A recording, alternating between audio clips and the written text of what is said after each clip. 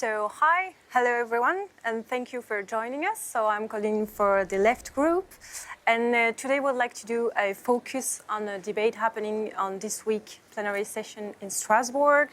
I'm talking about the controversy over a new Hungarian law banning LGBTIQ+ preferences for minors. I'm here with Malin Björk, our Swedish MEP, who's from the Vänsterpartiet, and who is also our shadow on that topic. And we are also joined virtually by Viktória Radványi, who is well-known Hungarian activist and also a board member of the Hungarian Pride organization. And maybe we can start with you, Viktória, if it's all right with you. Yes, thank you for having me. And it's a tough question to begin with, to explain what's going on in Hungary. For a little bit of more context, we've read of research how COVID impacted very, very negatively LGBTQ rights and human rights issues all over the world. So imagine that all the same thing is going on in Hungary. LGBTQ persons, especially marginalized groups who live in small villages and towns, are losing their jobs. They are the first ones to be fired. They are experiencing these negative effects tremendously. And that negative effect is like amplified 1,000 times by Viktor Orbán's hateful campaign and anti-LGBTQ legislation, which started at the same time as the COVID restrictions. During the first wave of coronavirus, Viktor Orbán banned legal gender recognition for transgender people in 2020 May, which was an ongoing legal process for 20 years, and now it is completely done. You cannot change your gender legally whatsoever. If you are a Hungarian citizen, even if you move to another country, in a lot of cases you have to get a new citizenship or a second citizenship in order to be able to get those documents that are so necessary and essential for your safety and for like everyday life. And that was the first wave of Corona. Then the second wave of Corona hit Hungary. Again, all the demonstrations are banned, everybody is isolated, it's very hard to self-organize.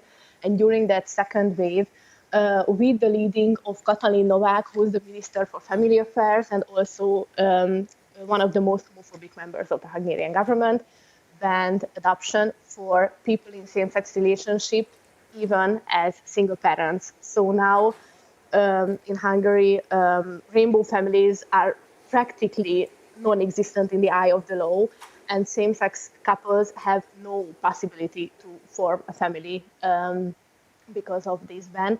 And what was even really hurtful, and I want to point it out because it might have gotten a little bit less attention in international media in the light of this adoption ban, that at the same time, the Hungarian government dismantled Equal Treatment Authority. And Equal Treatment Authority was like a wonderful thing. That was the only independent public body left that was very unbiased. It wasn't filled with party appointees who pledged loyalty to Orbán, which is an exceptionally rare thing in Hungary. And that public body was doing discrimination cases very, very, very professionally, not just with LGBTQ persons, but with like other types of minorities as well. And that is also a very big loss. On top of that, now during the third wave, we have this anti-LGBTQ propaganda law, which is like in a lot of sense copied from its Russian counterpart. So there's a lot of anxiety in our community. There's a lot of fear. People have completely lost hope in the whole legal system, in the constitution, because Viktor Orbán changed the constitution 9 times over 10 years. There's this which is the most like permanent, is that this constant fear that which of my rights are gonna be taken away next, because these legislations happen very, very quickly. This propaganda law was proposed and accepted within 5 days. It's just incredibly rapid, and you have almost no time to react and to advocate for your rights. So that's what I would like to highlight as an introduction, that this feeling of constant fear and feeling very unsafe and unprotected in your own country. Yes, and we have seen that Hungarian government is not the only one to take pandemic as a pretext to pass law. So, Malin, you are also the Vice President of the European Parliament's LGBTIQ+ intergroup. So maybe you can tell us a bit about what you and your colleagues are doing here in the Parliament to stop this development. I think that what we have been doing since several years is to be really watchdogs. So when something is happening in a country, good or bad, if it's good, we go in and we applaud it. And we, say, can we support the activists there? Can we do anything to make sure that it moves in the good direction? And when there is something bad happening, and which is often also our case, to be the ones that go in and try to stop backtracking on human rights and LGBTI rights, then we do so. We write letters, we ask for meetings with the commissioner, we take contact with the activists, and we try to organize seminars and give visibility to this. So, of course, we know about the situation in Hungary and that it has been deteriorating. And as Viktória said, Orban is known for his, I would say, xenophobic and racist speech. He's known for attacking the media. He's known for corruption. He's known for many things that infringes our rule of law. But his anti-LGBTI agenda and the way he tried to move his electorate around those issues is only a few years back. So, and we have seen that coming. And I think it's, as with everything else, these things spread. Yeah. These things spread if we don't. Now we already have the Polish Minister of Justice, I think it is, or Interior, I don't remember, that says that, it's very interesting, this anti-LGBTI information propaganda law, as they call it, So this is so real. And as Viktória said, it's real in the lives, in people's lives. People have fear. Me and my family couldn't travel to Hungary, without and feeling safe. People my family and like them cannot live in Hungary and be accepted. I think that's a development in Europe. It's extremely real to people, and all these kids now in the schools. I would have loved to have, plenty of information of the diversity of families and sexualities when I was in school. There was not enough, and that was in Sweden. And now they're banning it in schools, etc. So it is very brutal. It's very serious. And I think the Parliament is now, I'm very happy that the Parliament, us in the LGBTI intergroup, we have been doing lots of things and mobilizing, but I'm very happy that now in the Parliament we're going to have this plenary debate and we will have a resolution. It's as if this thing, with the attacks on LGBTI rights, is like the final thing. People are already fed up with Orban and Fidesz, his party, but this is just enough, And I do hope it will make a difference for LGBTI people in Hungary and beyond. And so we know that the debate is happening Wednesday morning at the plenary session in Strasbourg, and the vote is happening on Thursday. Maybe you can tell us a little bit more about what the resolution is saying and what do you think is going to happen on Wednesday? Well, it very clearly denounces the effect that it has, that it is discriminatory, that is a breach of the commitments that we have as members countries of the European Union to human rights.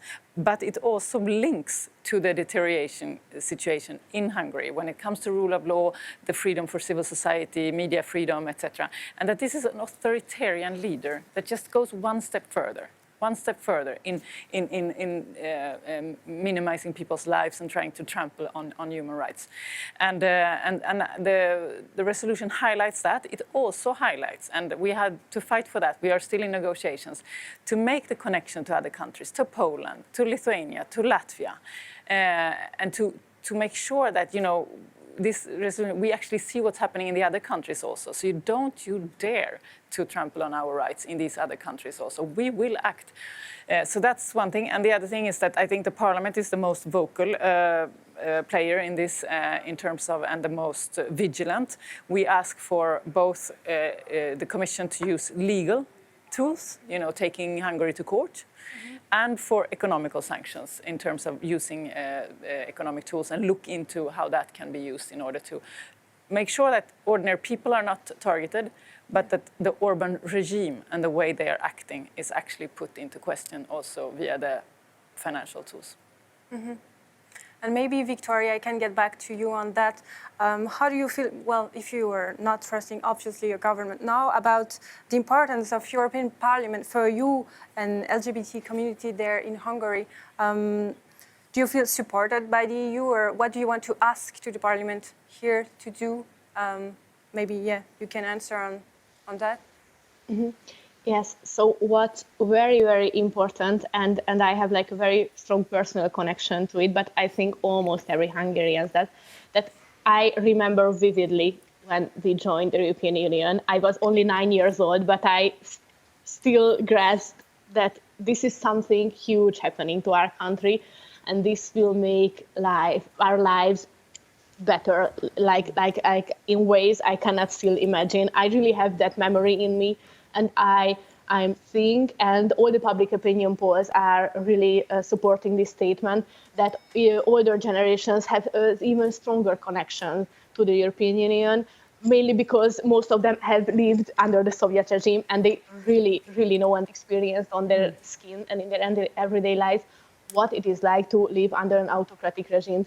All the public opinion polls shows that Hungarians are really trusting European institutions, and every year this trust increases. Simultaneously, the Hungarian population's trust towards its own government and towards Hungarian international bodies and authorities decrease.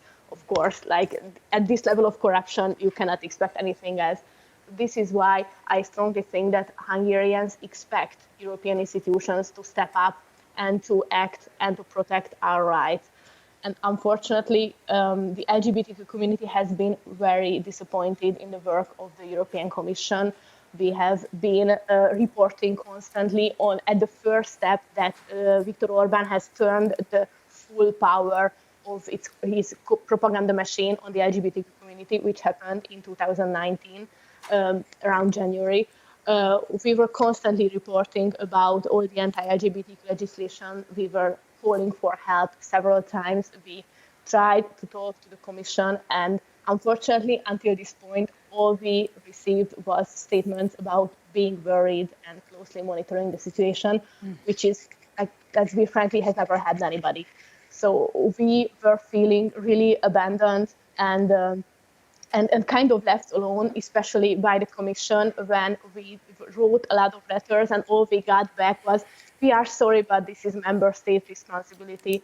That was very, very hurtful and hard to experience. So now we are happy that we are finally seeing some action being taken, and we hold it very close in our hearts that the European Parliament and the LGBTI intergroup is like leading this process, and we have a lot of expectations about this resolution that's now being debated. And I think that the language and the concrete steps of this resolution will make like a crucial difference, because we have activists reaching out to us from Poland, from Slovenia, especially Slovenia, asking like, hey, what can we do so we don't end up like Hungary? And we are like, it is extremely difficult. And what is another, and I think it's a very, very crucial issue in terms of European Union protecting the rights of European citizens, is how LGBTQ rights infringements are treated very, very separately from the whole rule of law debate and the rule of law conditionality. And that is also a very, very hurtful thing to experience, because if you look, because all these actions Viktor Orbán is taking to dismantle democracy are affecting the same people. When LGBTQ people are simultaneously attacked with like the most disgusting and horrendous things, it is happening in the propaganda media. The 80% of the media, which is controlled directly by Viktor Orbán and his propaganda minister. So these things come together when LGBTQ people are afraid that if they are discriminated against, nobody will protect them. It is because the courts are filled with political appointees. The head of the Supreme Court is a political appointee. It is called Curia, but it has the same function. So these things all come together, and our position is that if rule of law conditionality and the anti-LGBT legislations are not treated as like a big whole picture, when Viktor Orbán is attacking its own people in Hungary in order to cast some votes and try to win the 2022 elections. We will not get further because all these things are hurting the same people around. So we are having high hopes for the European Union, and we hope that we will finally feel that that the European this phrase of European values will have some type of manifestation instead of just sometimes empty statements made by the Commission. Yeah, thank you. And yeah, we've seen that media freedom, rule of law situation, everything is connected. I don't know if you want to say something about what is going to be asked to the Commission, for example. We've not talked about that yet, or react to what Viktória just said.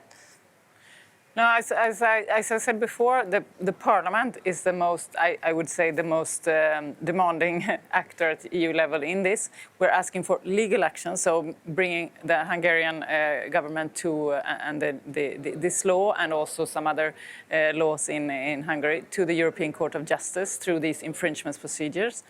That's one way that I think the Commission should have acted like several years back in terms of media freedom, for example, which, as Viktória says, it's 80% controlled by Viktor Orbán's regime. And the other part is now this new instrument of looking into, where goes the money and where shouldn't it go. So we want the rule of law conditionality mechanism that has now been attached to the EU budget. We want it to kick in, and it has to kick in when it comes to fundamental rights. And there is, if the European Union cannot stand up for fundamental rights and the rights of minorities, then I think that there is a big systemic problem. And I understand, Viktória, when you say you are disappointed in the EU. I'm a left-wing politician that I am also disappointed with the European Union response. And I see that the EU is lacking tools to protect people, to protect democracy, to protect the rule of law. And that is extremely serious. If EU cannot fix that, well, we cannot fix the EU either. So I have a hopeful message that I hope we can fix this together. But for the moment, EU is not up to the board. It's not protecting. Fidesz has been going on for 10 years, dismantling democracy. 10 years.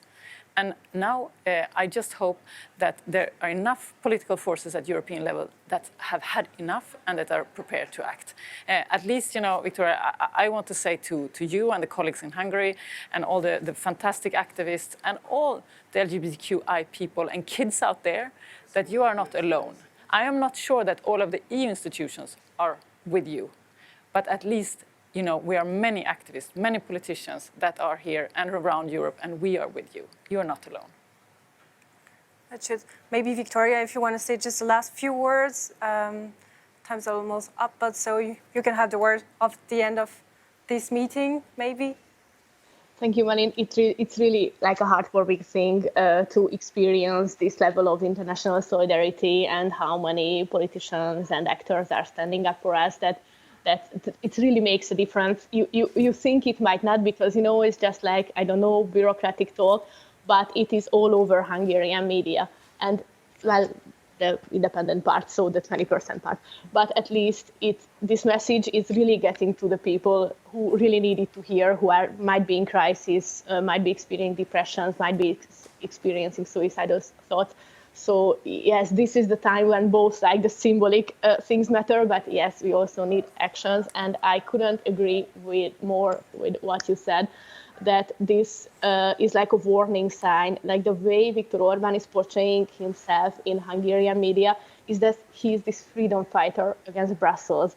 He is laughing in the face of bureaucrats who are like issuing statements when he does something horrendous. And his image is concise with things that can you see that I can do this and I can do even further and nothing will happen. He has this bad guy image, and I think that like resonates with a lot of voters and also could be like a leading example to other leaders. So I was happy to partake at Ljubljana Pride a few weeks ago, and we talked a lot about Slovenian activists who are also very fearful for their rights. And what we talked about, that this can be like a warning sign for European Union and a warning sign for everybody who thinks that human rights issues can only progress and we can only go forward, because this is a clear example that it can be reversed in like a decade. So yes, thank you for standing up for us, and thank you for your wonderful work at the European Parliament, and we will be looking out for the next few days and wishing you the best of luck.